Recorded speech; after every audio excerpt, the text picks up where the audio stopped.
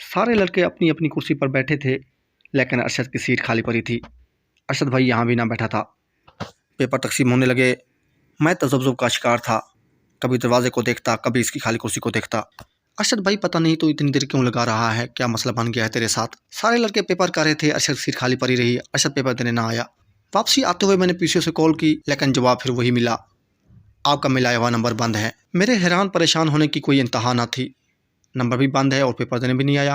आखिर क्या वजह हो सकती है? हाँ, इंग्लिश का पेपर है, शायद विक्की मरहूम के गम में रहते हुए तैयारी ना कर सका हो। लेकिन मुझे ये भी पता था कि चाहे वो पेपर ना भी दे, अगर यहाँ अहमदपुर में होता तो मेरे पास ज़रूर आता। बहरहाल दूसरा पेपर हुआ। मैं पहले की तरह आधा घंटा घर से पहले रवाना हुआ ताकि अरशद से डिस्कस कर सकूँ। स्कूल पहुँचा, प्लाट में जाकर देखा, कमरे इम्तिहान में आसपास कहीं भी नज़र ना आया। सोचा कि सेकंड स्टैंड में जाकर इसकी मोटरसाइकिल देखूँ खड़ी है या नहीं। सेकंड स्टैंड में जाकर देखा, इसकी मोटरसाइकिल भी ना खड़ी थी। वापसी मेन गेट के साथ एक प्लाट में आकर किताब की रीडिंग करने ठहर गया, ये सोच कर कि अगर अरशद यहाँ से गुजरेगा या तो वो मुझे देख लेगा या फिर मैं उसे देख लूँगा। लोको अहमदपुर ते नाजिल एक अजाब थी गे, बस मेरे दुख बेहिसाब थी गे। दुख सह सहते हुन मेरा दिल, खुशियां तो भी बेबाक थी गे। पता नहीं केरी से न लिखी किस्मत मेरी, तेरे चिट्टे सारे औराक थी गे। दुख सह सहते हुन मेरा दिल, छोटे दुखा तुम बेबाक थी गे। वाल हुन तकदीर पे आके मैं को जिने तो इथे इंतजारा करा करे नी ओ ता कब्रां विच खाक थी गे, ओ ता कब्रां विच खाक थी गे, कब्रां विच खाक थी गे। पेपर शुरू होने को 8-10 मिनट बाकी रह गए। कमरा इम्तिहान में पहुंचा, जवाबी पेपर तकसीम हो रहे थे। सारे लड़के अपनी अपनी कुर्सी पर बैठे थे, लेकिन अरशद की सीट खाली पड़ी थी। इसकी खाली सीट देखकर मैं बड़ा हैरान हुआ।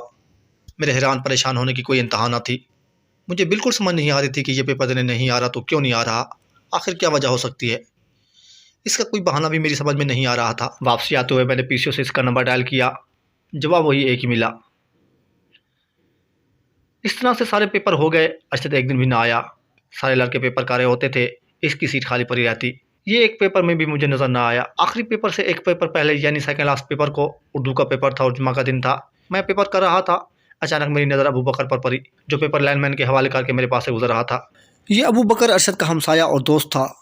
कॉलेज जाते हुए जब कभी अरशद की मोटरसाइकिल ना होती तो अरशद इसकी मोटरसाइकिल पर आया करता था, और अक्सर दफ़ा हम तीनों अब्बासिया चौक से इकट्ठे होकर कॉलेज जाते थे। अब जो ही मेरी नज़र इस पर पड़ी, सोचा कि इसे ज़रूर पता होगा। जोर से आवाज़ लगाई, अबू बकर बाहर ज़रा वेट करना मेरी। अबू बकर हाथ से इशारा करते हुए अच्छा जनाब, ओके कहकर चला गया।